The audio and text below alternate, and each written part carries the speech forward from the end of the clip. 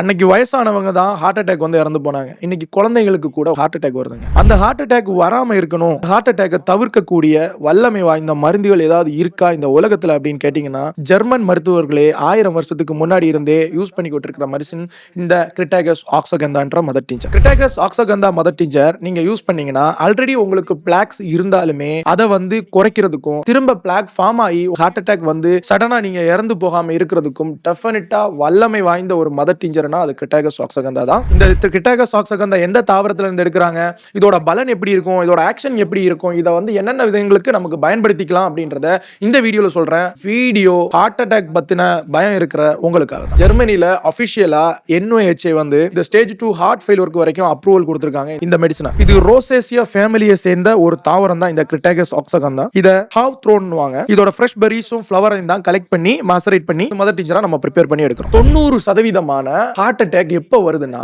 ஆர்டீரியோஸ்க்ளீரோட்டிக் பிளாக்ஸ்னால தான் வருது. கொஞ்சம் கொஞ்சமா கொழுப்பு ஆர்டரிஸ்ல படிஞ்சு அது பெருக ஆரம்பிக்கும். ஆர்டரியோட இன்னர் லேயருக்கு உள்ளாடி மட்டும்தான் உருவாகும். இதுல 2 டைப்பா நம்ம பிரிச்சுக்கலாம். எண்டோதீலியத்துக்குள்ள கெட்டியா ஸ்ட்ராங்கா இருந்துக்கும், அது வந்து ஸ்டேபிள் பிளாக்ஸ். ஒரு சில பிளாக்ஸ் வந்து என்ன பண்ணும்னா அன்ஸ்டேபிள் பிளாக்ஸா இருக்கும். எப்ப வேணாலும் மூவ் ஆகி போகலான்ற ஒரு நிலைமையை நோக்கி நகரப்படுறதுனால இதுதான் ரொம்பவே ஆபத்தான பிளாக்ஸ். எப்ப வேணாலும் மாரடைப்பை உருவாக்க வல்லமை வாய்ந்தது. இங்க இதுக்கு இந்த மருந்து எப்படி வேலை செய்யுது அப்படின்றதும், ரெண்டாவது ஹார்ட் அட்டாக்கு வேற என்ன விஷயங்கள் எல்லாம் அப்பான மருந்தா வேலை செய்யணும் அப்படின்னா கொலஸ்ட்ரால் லெவலை கண்ட்ரோல் பண்ற மருந்தா இருக்கணும், ஆர்டரிஸ்க்கு உள்ளாடி இருக்கிற எண்டோதீலியத்தை ப்ரொடெக்ட் பண்ணக்கூடிய மருந்தா இருக்கணும், அதே மாதிரி அந்த லேயர்ஸ்க்கு உள்ளாடி ஃபார்ம் ஆகிற கொழுப்பை கொஞ்சம் கொஞ்சமா கரைக்க வல்லமை உள்ள மருந்தா இருக்கணும். அது அத்தனைக்குமே ஒரு மருந்து டிசர்வ் அப்படின்னா கிரிட்டாகஸ் ஆக்ஸகந்தா. இதுக்குள்ளாடி என்னென்ன ஆக்டிவ் சப்ஸ்டன்ஸ் இருக்குன்னா ஒலிகோமெர்ஜிக் ப்ரோஆந்தோசைனைட்ஸ், ஃப்ளாவனாய்ட்ஸான ஹைப்ரோசைட்ஸ், விட்ரெக்சின், ரூட்டின், கியூர்சிட்டின் and phenolic ஆசிடான chlorogenic acid, கேஃபிக் acid இவ்வளவும் என்ன மெக்கானிசம் பண்ணுது அப்படின்னா ஃபர்ஸ்ட் கொரோனரி பிளட் ஃப்ளோவை இம்ப்ரூவ் பண்ணி கொடுக்குது, நைட்ரிக் ஆக்சைடை வந்து ஸ்டிமுலேட் பண்ணுது. இதனால வாஸ்குலர் எண்டோதீலியம் வந்து வாசோடைலேட்டரி ஆக்ஷன்ஸா செயல்படுறதுனால அழுத்தங்கள் குறைஞ்சு ஃப்ரீயா பிளட் வந்து அதுக்குள்ளாடி போக முடியுது. அடுத்தது